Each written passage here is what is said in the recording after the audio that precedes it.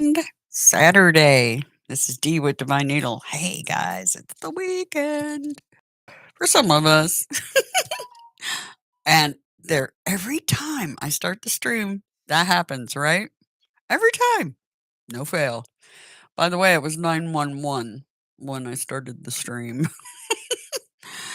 Oh boy. Yeah. Where's the moon at? I haven't even looked. Let me tell you where the moon's at today. Where is our moon at? Okay. It's in Aquarius. Yep. It's in Aquarius as of day before yesterday. So it will be exiting Aquarius, going into Pisces late this evening, later today. So calf, ankle, shin, Achilles heel. Okay. And then when we go into Pisces, it's feet, toes, pineal gland.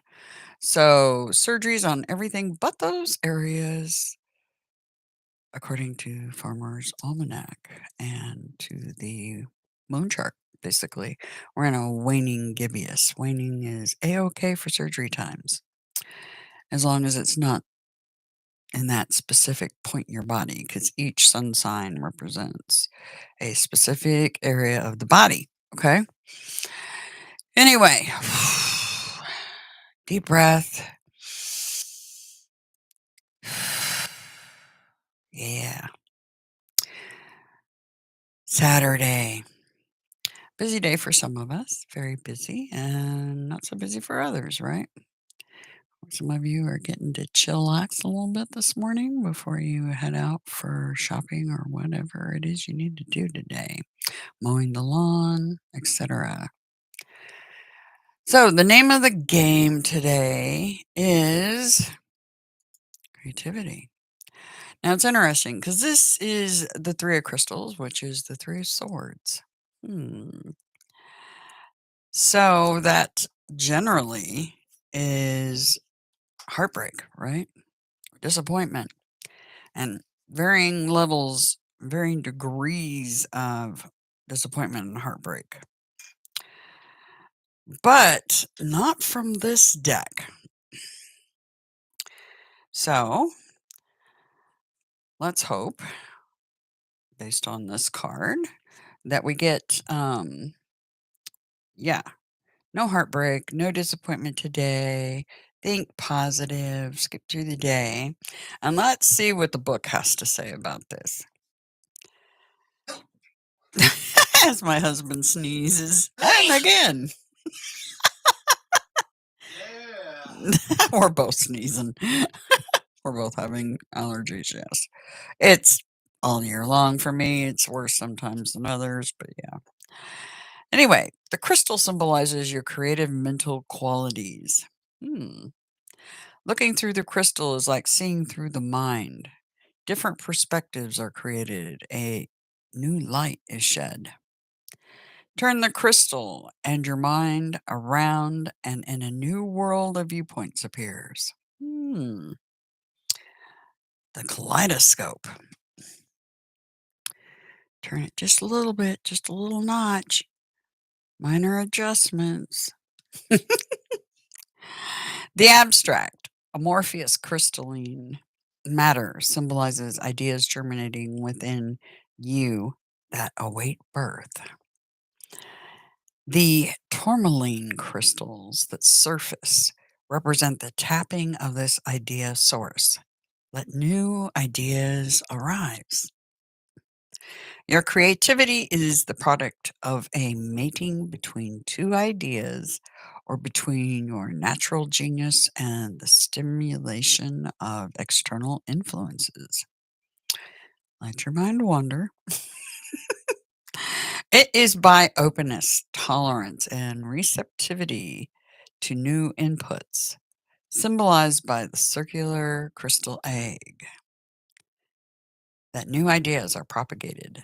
Think creatively. Hmm. Creation energy on a minor scale, but still there. So it's not the Empress, but yeah. So, in this deck, it has nothing to do with heartbreak and disappointment. It has everything to do with creativity. So, we're going with that. Like I said, this is more of an oracle deck than it is anything else. It's a tarot deck, but different than the normal tarot deck. Okay. The team, have to excuse me, allergies, wants the star codes. We need the star codes for the collective. Hey, hey. Hello, Jen. Hello, Hubby Wubby. He's in there too. Okay, let's see. We're going for star codes. Star codes. We need some star codes. For Saturday. Saturn Day. Interesting, because the moon's in Aquarius. Saturn is too in retrograde. And yeah, and it's Saturn Day. Get it? All right. Just the correlations. Connecting dots. Let's see what we got. You sure right there? Okay.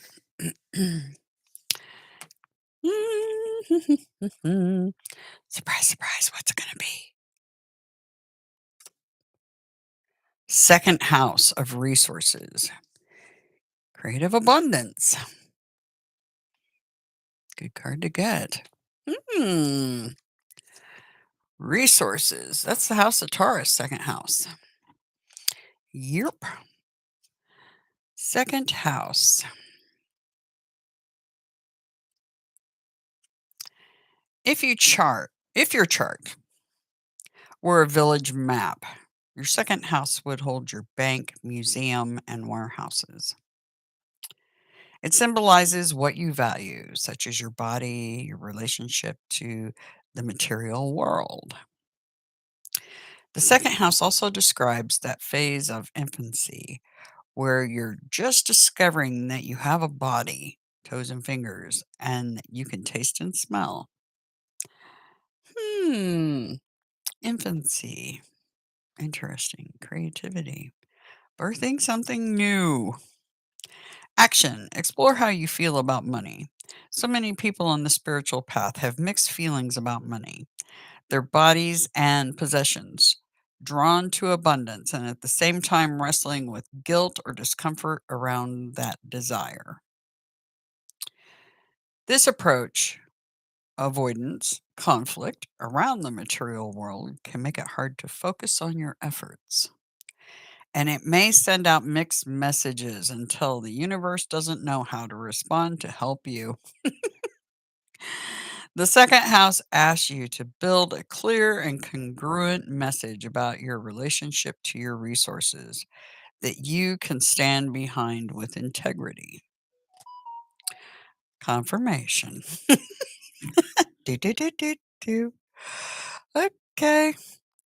Matter is our sacred vessel for spirit. Explore your attitude toward your first resource, your own body and sensuality. Look for the place of balance where you honor and respect your physical form as well as the importance of the soul that inhabits it. Yeah. Invest your energy toward what you value. This is where you can be a resource to others, and this is where you can get paid. Clean up your act in the material world. Clean closets, pay bills, deal with other practical things that might appear mundane, but can be a sacred act of aligning the soul to the surroundings. Integrity creates a welcoming ground for bounty. Come up with a clear, integrated message to radiate out. Then back that up with action.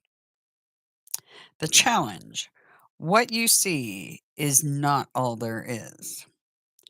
If you are looking for emotional and spiritual satisfaction in your stuff, it will never be enough because it never quite scratches that itch. Gift, your skills, your resources, and your interest can all be sacred if you make an offering of your intention and engage your work for the benefit of all sentient beings. Interesting. So, getting creative, birthing something new based out of what resonates with you on helping the planet and everybody on it, right? Including other sentient beings, animals, insects, you name it. ETs, what have you. All right, moonology. They wanted a moonology today. They wanted a moonology, so let's check it out.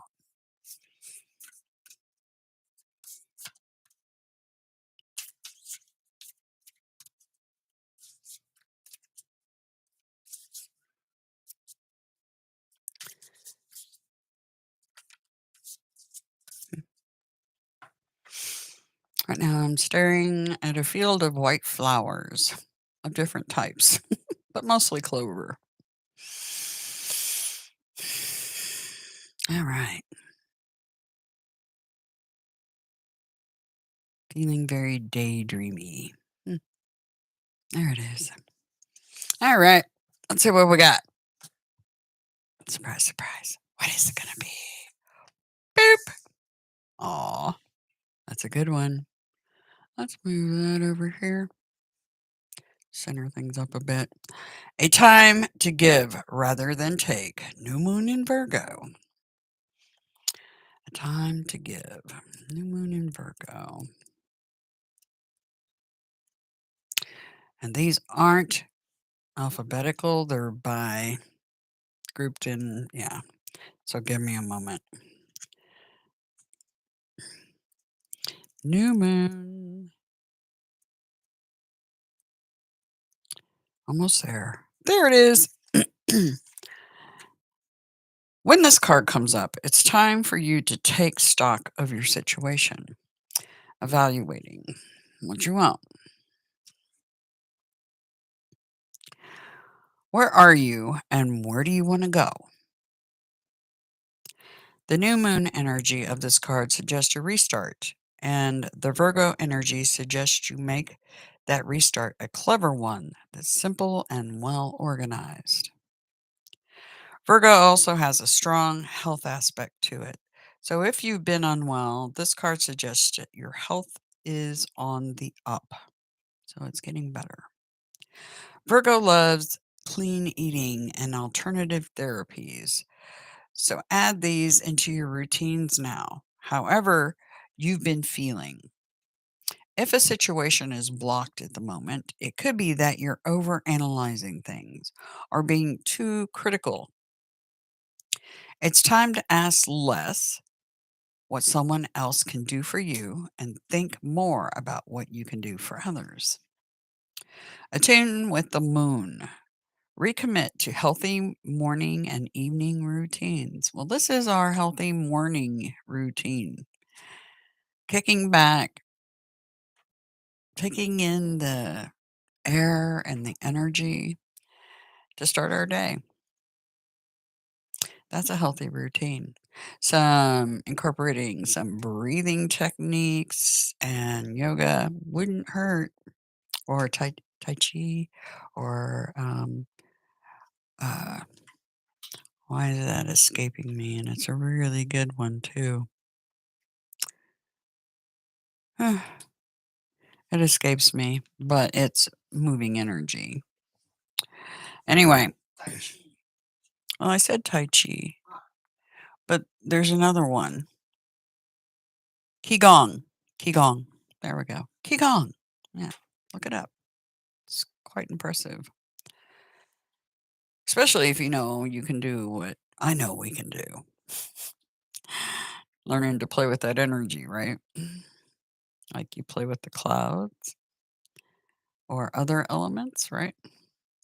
Additional meanings for this card. Gradual improvements are coming. Pay attention to detail if you want success without being pedantic. Be of service to others and love and money will follow. The person you're asking about is reliable.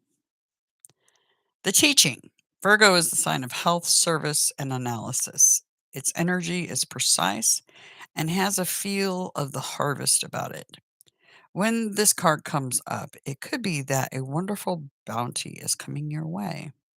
However, the energy of the new moon in Virgo is usually about getting your life in order. So that's what you need to do at the time of the Virgo new moon and whenever else you pull this card. Hmm. So, organization, getting your shit together, getting your health in order, making it a priority, establishing those and keeping those routines as best you can in the morning and evening, right? So, get creative. Remember, whatever it is that resonates with you is where your money and creativity need to merge. Okay. It's funny because I believe it was the Aquarius reading, and I've seen this come up for Gemini and a few others. Digital detox. Put the damn phones down. Turn off the computers unless you're working at them. Digital detox. Okay. I think that's essential, especially these days. With all the stuff going on out in the world, it really can upset your mojo.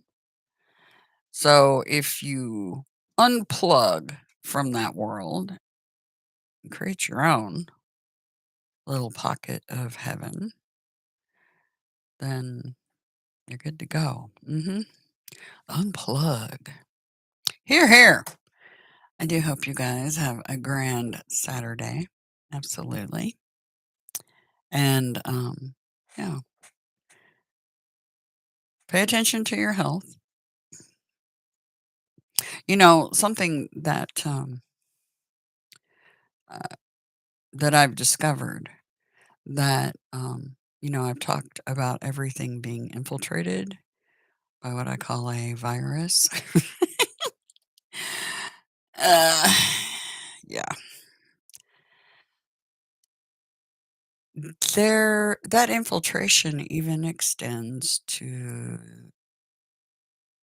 not only the New Age movement, and I've talked about that many times, but it also has infiltrated into the natural health and supplements arena where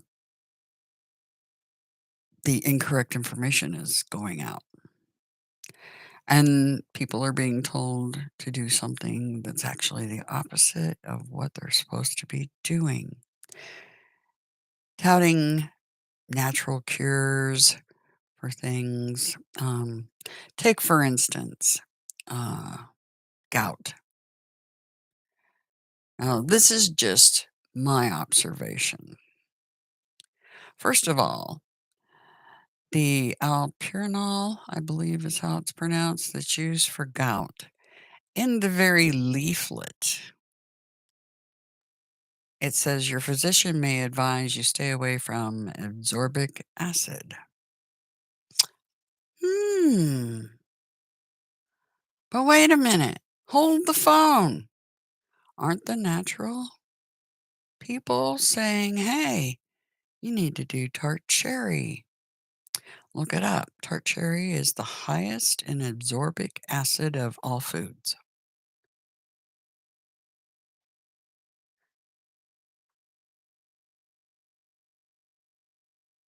Think about it. Gout is an acid issue, uric acid. Does it make sense to pour fuel on the fire or put it out?